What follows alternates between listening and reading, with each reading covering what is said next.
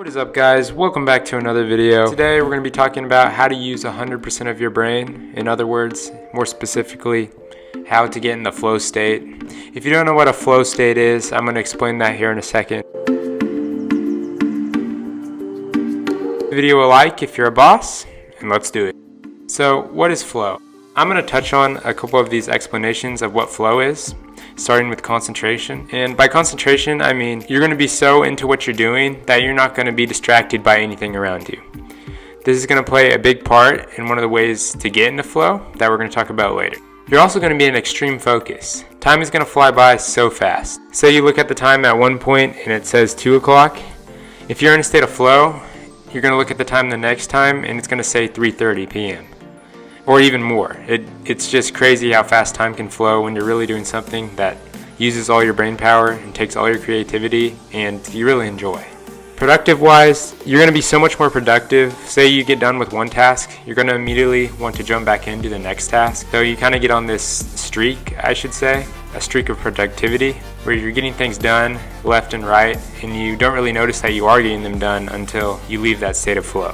And then creativity. All this brain power that goes into flow and being in the flow state, you're really going to accomplish some of the craziest things you've ever even thought of. And some things that you never thought you could really do, but while you're in flow state, you don't even realize you're doing them until you're out of flow after and you realize that's probably the best work I've ever done.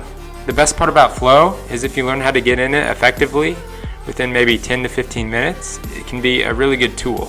So now that we have a basic idea of what flow is and what it can do for you, let's get into some of the things that flow can benefit you in. Now, I'm sure you've all experienced flow. You've had a time where time's flown by, you've really enjoyed what you were doing, or you've been really into what you're doing. Everything around you just seems to melt away. And the only thing that matters is really the task at hand. For example, for me, this can sometimes be a run. Sometimes in a run, I'll get in such a focused state that if I'm running with people, I'll forget people are even talking around me. And this can also work in, say, lifting, really any type of working out. This can also, of course, take place in writing things. Video games is a really big thing. You can get in this state editing videos, reading, really any type of deep work that is creating or it's physically creating something such as working out. These type of things have the ability to put you in a flow type state. And many times you've probably already used flow in these. This may leave you wondering, how do I get into flow by choice? First, we have to define exactly what flow is, exactly what is required to get into the flow state. And this is, you must have clear goals and progress. You must have immediate feedback, and the activity you're doing or whatever you're doing, it can't be too hard and it cannot be too easy.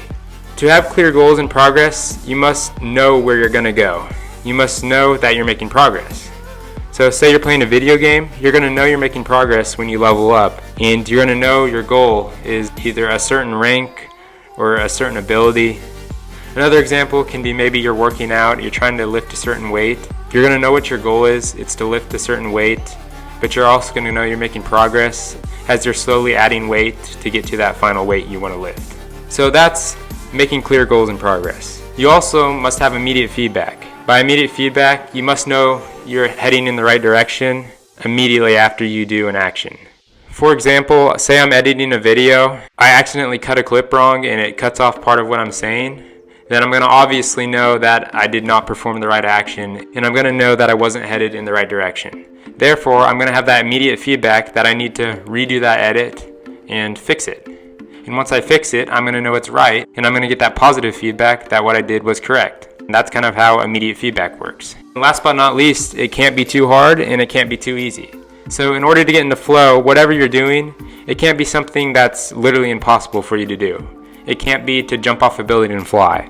You're gonna die. On the other hand, it also can't be too easy. Therefore, it can't be something such as take out the trash. I don't know why you would want to get in a flow state to take out the trash. If it takes no brain power to accomplish, it's definitely not something you can use flow state in, nor would you want to use flow state in. Okay, so now that we have what is required to get in a flow state, let's look at some of the things that I found that help me get into a flow state.